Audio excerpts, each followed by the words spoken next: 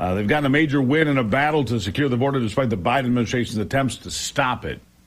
The Biden administration, as you know, coming in and cutting the razor wire that had been put out by the state of Texas to prevent those coming into the country unfettered. Well, Texas put out the razor wire. Federal agents went in and cut the razor wire. Even went so far as getting a high-low forklift to lift the razor wire to let 300 people in.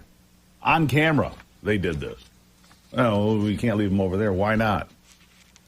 But a federal judge yesterday ordering the Biden administration to stop cutting razor wire on fences along the southern border, put there to stop illegal crossings.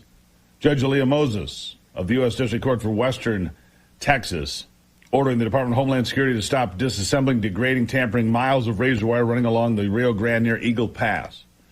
The temporary order is a result of a lawsuit brought by the Texas Attorney General Ken Paxton, arguing that federal officials said they had the authority to destroy state property to allow illegal aliens to enter.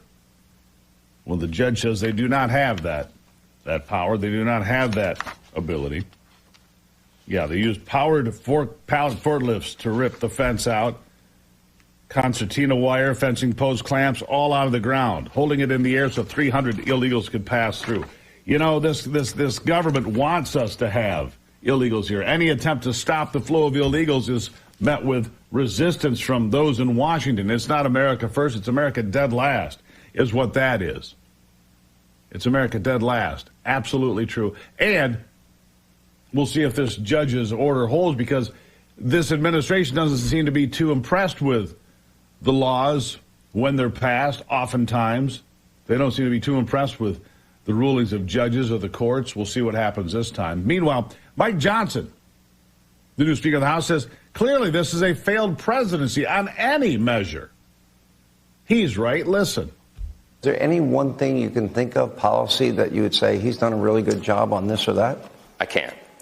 I think it's been a failed presidency, and all the problems, some of those that you've articulated already at the outset of the program here, were caused by policy choices. And that's the problem I have with him. It's philosophical. Yeah, it's philosophical differences. Don't agree with anything that they have to say.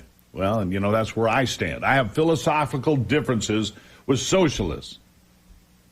And the difference between a socialist and a communist is they're not sticking a gun in your face quite yet to tell you what you're allowed to do and not do. That's the only difference. They have the same ideological bend